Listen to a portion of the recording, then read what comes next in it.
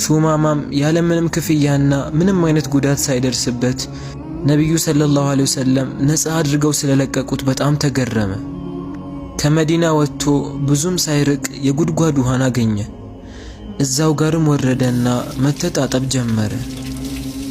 በዛኑ ቀንም ማታ ላይ ነብዩ ሰለላሁ ዐለይሂ ወሰለም ከሰሐቦቻቸው ጋር ቁጭ ብለው እየተማማሩ ነበር።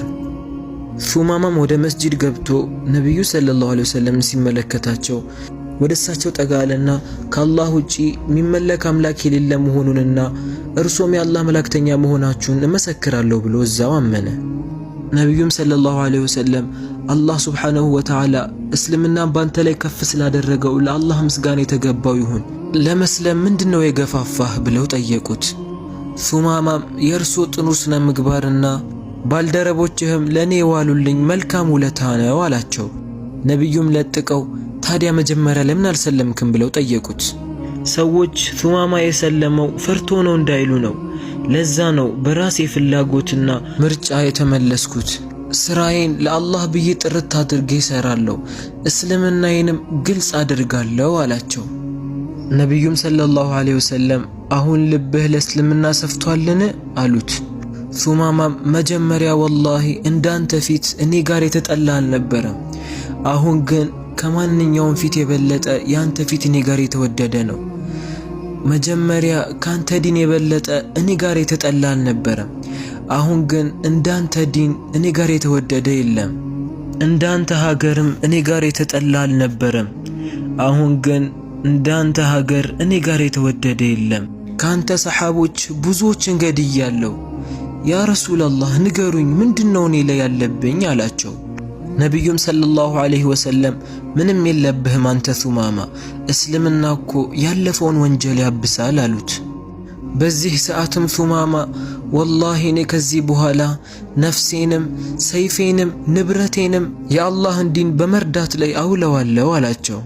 የአላህም መላእክተኛ ሰለላሁ ዐለይሂ ወሰለም አንተ ሱማማ ወደ መካ ሄድና ዑምራን አድርግ፣ ነገር ግን ዑምራ ስታደርግ በአላህና በመላእክተኛው ድንጋጌ ይሁን፣ ስለ ዲን እኔው ራሴ ያስገነዝብሃለሁ አሉት። በቀጣዩ ቀንም ሱማማ ዑምራ ለማድረግ ወደ መካ ሄደ። በእስልምና ታሪክ ላይ መጀመሪያ ዑምራ ያደረገው ሱማማ ነው ይባላል። ነብዩም ሰለላሁ ዐለይሂ ወሰለም ባስተማሩት መሰረት ለበይክ አላሁመ ለበይክ ለበይከ ላ ሸሪከ ለከ ለበይክ እያለ ዑምራ ያደርግ ጀመር። በዛ ሰዓት ከዓባ በሙሽሪኮች እጅ ላይ ነበረች። የሱማማን ተልቢያ ሲሰሙ እንዴት በሙሐመድ ዲን ተልቢያ ያደርጋል? ይህንን ሰውዬማ እዚሁ ነው መግደል ያለብን ይሉ ጀመር። ነገር ግን የየማማው ንጉስ የሆነው ሱማማ መሆኑን አወቁ። ሱማማ ተልቢያውን እያለ በእነሱ በኩል ሲያልፍ አንደኛው ወደሱ ጠጋ አለና አንተ የየማማው ንጉስ እንዴት በዲንህና በአባቶችህ ዲን ትክዳለህ ብሎ ጠየቀው። ሱማማም ወደ እነሱ ዘወር አለና ወላሂ እኔ ትክክለኛውን ዲን ያገኘሁት አላቸው። እኛ እዚሁ ያለን የክህደትን ቃል ግልጽ በማድረግህ ሊደርስብህ የሚችለውን ነገር አታውቅም እንዴ? በንዴት አለው። እስልምናን ከተቀበልኩ ጀምሮ ከአላህ ውጪ ማንንም አልፈራም፣ እኔ ላይ ምንም ነገር ልታደርሱብኝ አትችሉም ብሎ ተልቢያውን እያለ ዑምራ ማድረጉን ቀጠለ።